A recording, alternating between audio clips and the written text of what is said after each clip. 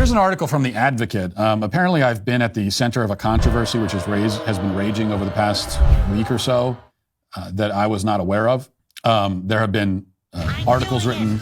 YouTubers have been responding furiously to what I said. I didn't even know any. I didn't know they were mad. I'm not surprised they were mad at something I said, but I didn't even know about it. I wasn't paying attention. But here's The Advocate headline. Matt Walsh's homosexual infants remark raises eyebrows amid conversion therapy talk. The article says, Matt Walsh, host of the Daily Wire's The Matt Walsh Show, recently sparked an uproar by expressing support for conversion therapy, challenging the widely accepted notion that sexual orientation is immutable. And then that means that there are, homosexual infants out there? Again, no sane person thinks that. Walsh's comments have been criticized for perpetuating harmful stereotypes and misinformation regarding the LGBTQ plus community. His remarks come at a time when a significant coalition known as the United States Joint Statement is working tirelessly to eradicate the harmful practice of conversion therapy. The USJS, comprising 28 influential mental health and medical organizations in the United States, has been making strides in advocating for the rights of LGBTQ plus individuals. Critics argue that Walsh's comments dismiss the substantial evidence and the consensus within the medical community regarding the damaging impacts of conversion therapy. This practice, aimed at changing an individual's sexual orientation or gender identity, has been associated with severe psychological trauma, depression, anxiety, and long-lasting emotional distress. Okay, a few things. First of all, a medical consensus or a consensus in the medical community, it just doesn't mean anything anymore. Nobody cares. Hey, nobody cares. Nobody cares. I need that room at some point, so just... And that's not my fault. Okay, I wish that wasn't the case. I wish we were not... I wish that we lived in a country where when you hear the phrase consensus in the medical community, it really meant something. I deeply, deeply wish that we lived in that kind of country. I wish that we had that kind of medical community where if there was actually a consensus among them about something, you could go, oh, well, okay, I guess that's pretty powerful. Okay, I guess whatever they're saying is good because, if they all agree, these are the experts. I wish that we could say that, but we can't anymore. We can't. And so it just doesn't mean anything. And when people hear about medical consensus, they ignore it. In fact, they laugh. They don't just ignore it, they laugh at it. When they hear, oh, there's a consensus in the medical community, they laugh at it.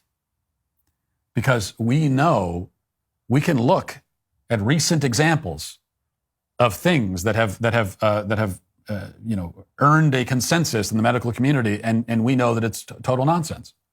There are many different examples of a consensus in the medical community around COVID that turned out to be not correct. There's wide agreement, apparently, in the medical community that it can be a good idea to chemically castrate kids. There's also a quote-unquote consensus about that, which is why the consensus doesn't mean anything to us. Also, second, my point about being born gay absolutely still holds, and just scoffing at it is not an argument. The logic is simple, right? If people are born gay, as the left claims, that means that they are gay from birth. Like, what am I missing here? If you're born gay, to be born something is to be that thing from birth. If you're not that thing from birth, then you were not born it, right? And if you are gay from birth, if you are gay at birth, from birth, then that would mean that there are homosexual infants. And if that concept seems ridiculous to you, then you apparently agree that the whole idea of being born gay is inherently flawed for that reason.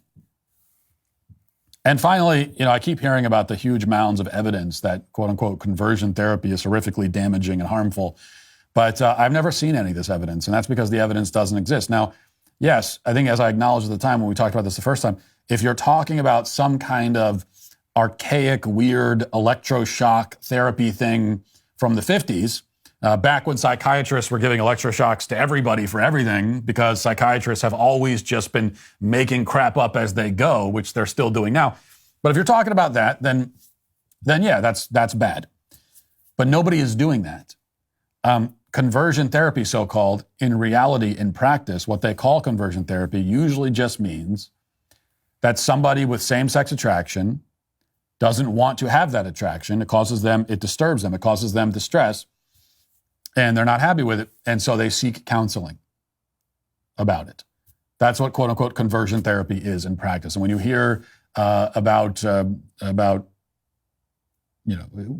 when you hear these days someone accused of engaging in conversion therapy, that's what it is. That's all it is.